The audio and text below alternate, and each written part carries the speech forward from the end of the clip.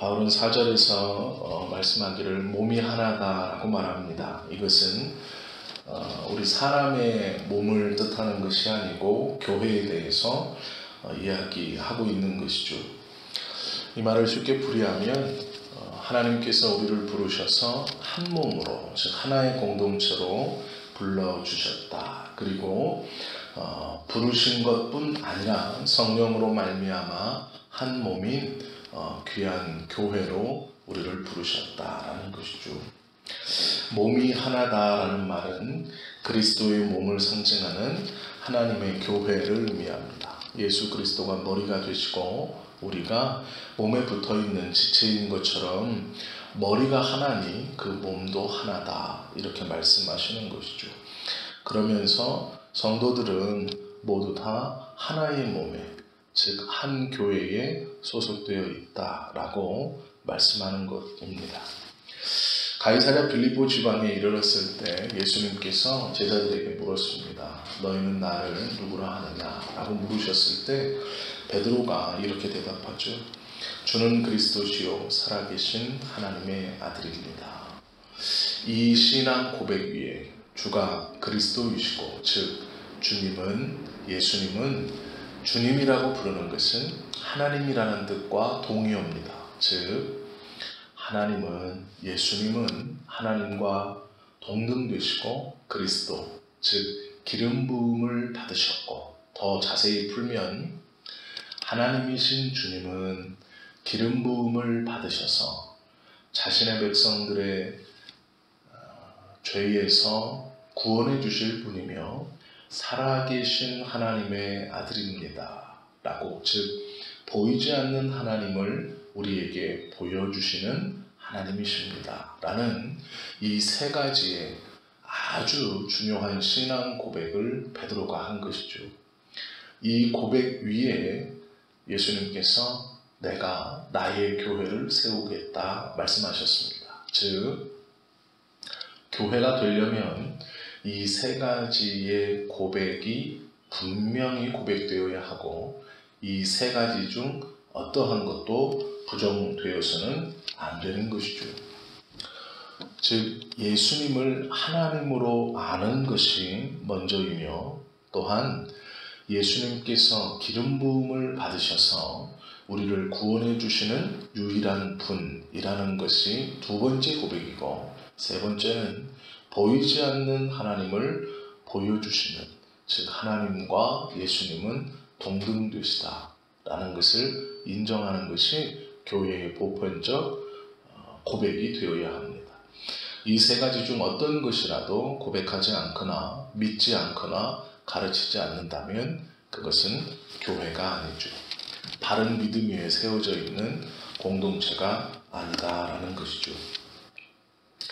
오늘날 많은 교회들이 있지만 이 귀한 고백 위에 세워져 있지 않은 것은 교회라고 보면 안 됩니다. 그러기에 어떠한 사람을 가리켜 구세주라고 하거나 그 사람에게 구원의 길이 있는 것처럼 가르치거나 그의 인도와 그를 믿으면 구원받는다고 가르치는 것은 정확한 의미에서 절대로 교회가 될 수 없습니다. 그들은 하나님을 믿는다고 우리는 사랑의 교회 공동체라고 말할 수 없는 것이죠.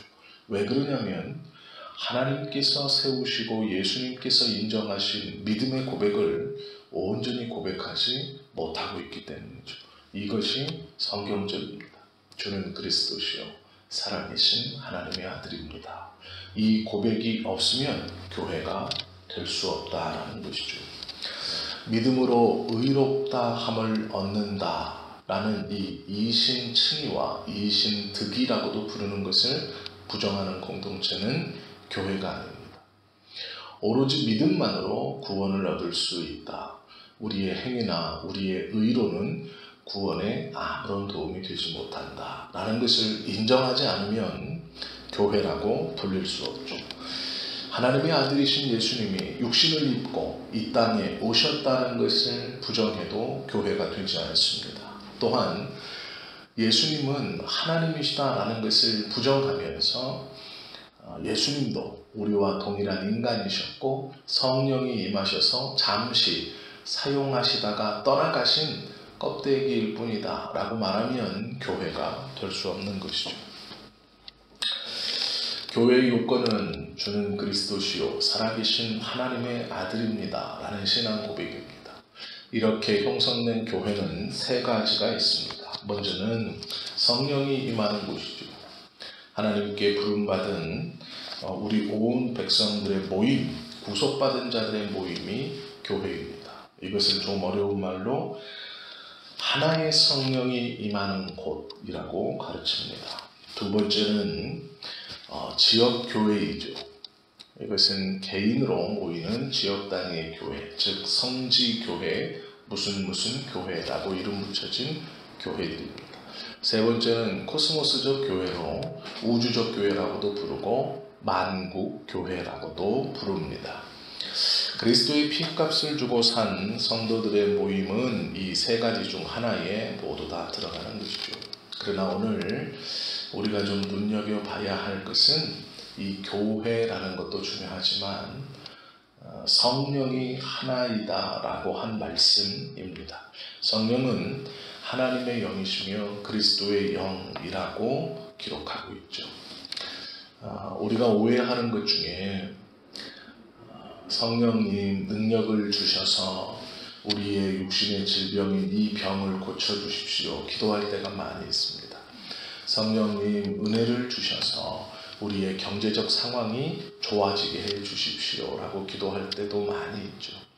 성령님 능력을 주셔서 내 남편을 변화시켜 주시고 우리 자녀를 변화시켜 주시고 좋은 곳으로 취직할 수 있도록, 진학할 수 있도록, 취업할 수 있도록, 좋은 배우자를 만날 수 있도록 성령님 은혜 베풀어 주십시오 라고 기도합니다. 틀린 기도는 아니나 바른 기도는 아닙니다. 왜 그러냐면 성령은 우리를 부요하게 만들어 주시거나 우리를 건강하게 만들어 주시거나 이 땅에서 잘 살게 하시는 영이 아닙니다. 그것은 성령의 주된 사역이 아닙니다. 성령님의 주된 사역은 예수님을 바르게 믿게 하는 것이 성령님의 주된 사역입니다. 왜 우리가 성령님 충만케 하셔서 능력을 주셔서 부자 되게 해 주셔서 풍요롭고 부요하게 해 주십시오라고 기도하냐면 예수님을 잘 믿기 위해서입니다. 예수님이 이 땅에 오심은 하나님의 뜻에 따라 우리를 구원하시기 위해서 구속사적인 사명을 띠고 오셨죠. 그리고 성령은 그리스도의 영이며 하나님의 영으로 그 오신 예수 그리스도를 잘 믿을 수 있도록 도우시는 분이 성령입니다. 그러기에 우리가 예수님을 잘 믿게 하기 위해서 우리를 좀 건강하게도 하시고 우리를 좀 부요하게도 하시고 세상에서 조금 출세할 수 있도록도 도우시는 것이죠. 그러나 그것이 주된 것이 아닙니다. 그것을 통하여 예수님을 잘 믿을 수 있도록 하기 위해서 그 일도 행해 주시는 것이죠. 즉 성령은 우리의 몸을 고치기 위해서나 부요하게 하기 위해서나 우리를 출세하기 위해서 능력과 힘과 애를 쓰시는 것이 주된 사역이 아닙니다. 성령님의 주된 사역은 예수 그리스도를 잘 믿을 수 있도록 예수 믿는 자들의 마음 안에서 심령 안에서 그 믿음이 잘 자랄 수 있도록 도우시는 것이 성령입니다. 그러기에 성령님께 기도하는 것은 원래 바른 기도는 성령님 충만케 하셔서 내 안에 믿음이 잘 자랄 수 있도록 환경과 여건과 또한 내 영혼을 붙들어 주십시오 라는 것이죠. 나머지는 부수적인 겁니다. 예수님께서 우리의 구원을 위해서 이 땅에 오셨을 때 병자를 고치시고 죽은 자를 살리시고 또한 여러 가지 기적과 이적들, 귀신을 쫓아주시고 하셨던 것은 하나님의 아들로 오셨고 귀신을 쫓고 죽은 자를 살리고 병자를 고치는 것이 예수님의 주된 사역이 아닙니다. 믿음으로 말미암아 하나님의 백성이 된다는 것, 하나님의 사랑의 최고의 결실로 이 땅에 육신을 입고 오셔서 우리의 죄를 대신 지시고 십자가에 달려 죽으신다는 것, 그리고 부활하시고 다시 오신다는 그것을 믿음으로 가질 수 있도록 하시기 위해서 오신 것이 주된 사역이죠. 우리가 예수님의 병고침이나 귀신을 쫓음은 부수적인 겁니다. 그것을 붙들면 잘못 붙드는 것이죠. 성령님도 마찬가지입니다. 우리를 부욕케 하시거나 병을 고쳐주시거나 출세하게 해주시는 어떤 힘과 능력을 가지고 우리를 잘 되게 해주시는 것이 성령님의 주된 사역이 아닙니다. 성령님은 예수님을 잘 믿게 하시는 것이 주된 사역입니다. 우리가 왜 기도해도 응답을 받지 못하느냐? 성령님의 주된 사역이 무엇인지, 성령께서 원하시는 것이 무엇인지를 모르고 잘못 기도하고 있기 때문에 그렇습니다. 성령님은 거듭 말씀드리지만 예수님을 잘 믿게 하는 것입니다. 그러기에 우리가 성령님의 이름으로 기도할 때 예수님에 대한 믿음이 공고해질 수 있기를 위해서 기도하는 것이 바른 성령님을 붙들고 기도하는 것입니다. 그 나머지 것들은 예수님을 잘 믿게 하기 위해서 성령께서 부수적으로 사역하시는 것이죠. 성령은 복음을 통해서 회개하게 하시고 하나님의 음성을 들을 수 있도록 도와주시고 복음으로 마음을 밝히십니다.